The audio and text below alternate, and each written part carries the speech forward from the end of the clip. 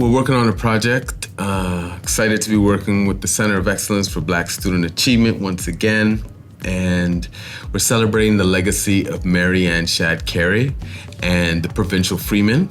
So this is the newspaper that she published. It's like one of the first Black newspapers. So we're reimagining it.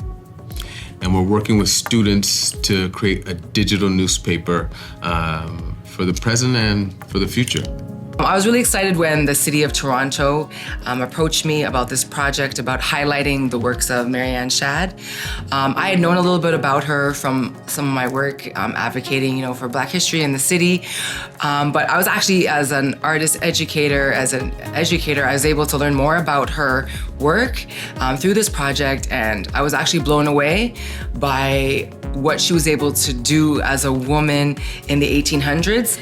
And I think it's so relevant for young people to connect into her story. How I'm part of this project is as one of the facilitators, working with youth, helping them craft their stories and getting their ideas onto paper to eventually submit something that could be considered for the digital newspaper with the Mary Ann Shadd project. When the center got in touch with me about this Mary Ann Shadd Cary project, it was very exciting because it was a new and different way to work with young people. Usually, when I work with young people, it's really about, what I want to go in there and do. But this was, something very specific, looking at, somebody from history, and then also being able to bridge the gap between, what that person did and the realities of young people who don't always connect to history. So I think it was one of those things where it was a great challenge to be able to use, my skill set and my art as a spoken word artist to try to bridge the gap between the past and the present. Drawing from Mary Ann Shadd Cary and that legacy, one of the important things is that we're holding the narrative, that we're telling our stories, that we are the ones putting out the messaging that happens. And so it's important for me to, be a part of this project in terms of participating in that and helping students basically find their own story. What are the things that are really affecting them when they're coming to school every day that they might not be able to share because we have curriculum and we have a fast-paced, moving educational system, and our young people often get lost in that with what they're really actually going through. And this program was able to let them kind of stop and connect it to the curriculum, but say, what matters to you right now? And what matters to you is usually some things that you're going through, or your family's going through, your community's going through, and really explore how they would want to share that story.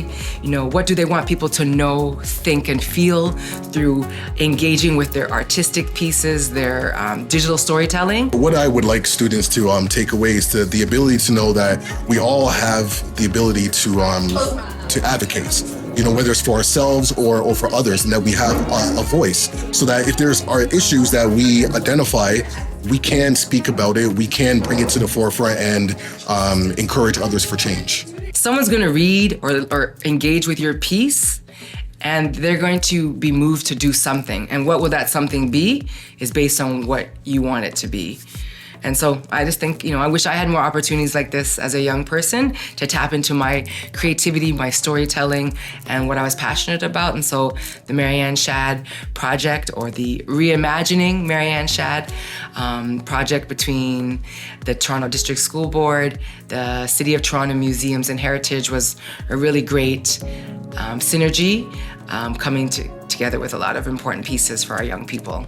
The legacy that I would love to see coming from the Mary Ann Shadd project is for young people to understand the importance of their voice, the importance of telling their stories.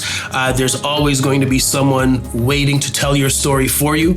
And I think for young people, it's so important that they understand that they have a voice, that their stories matter, that their lived experiences matter, and that they deserve to be shared. And through this, hopefully they've learned a way to kind of share, bits and pieces of themselves. So I think empowering young people to be able to share their stories and to know that their stories matter is probably one of the greatest things that I'd love to see, come from this project.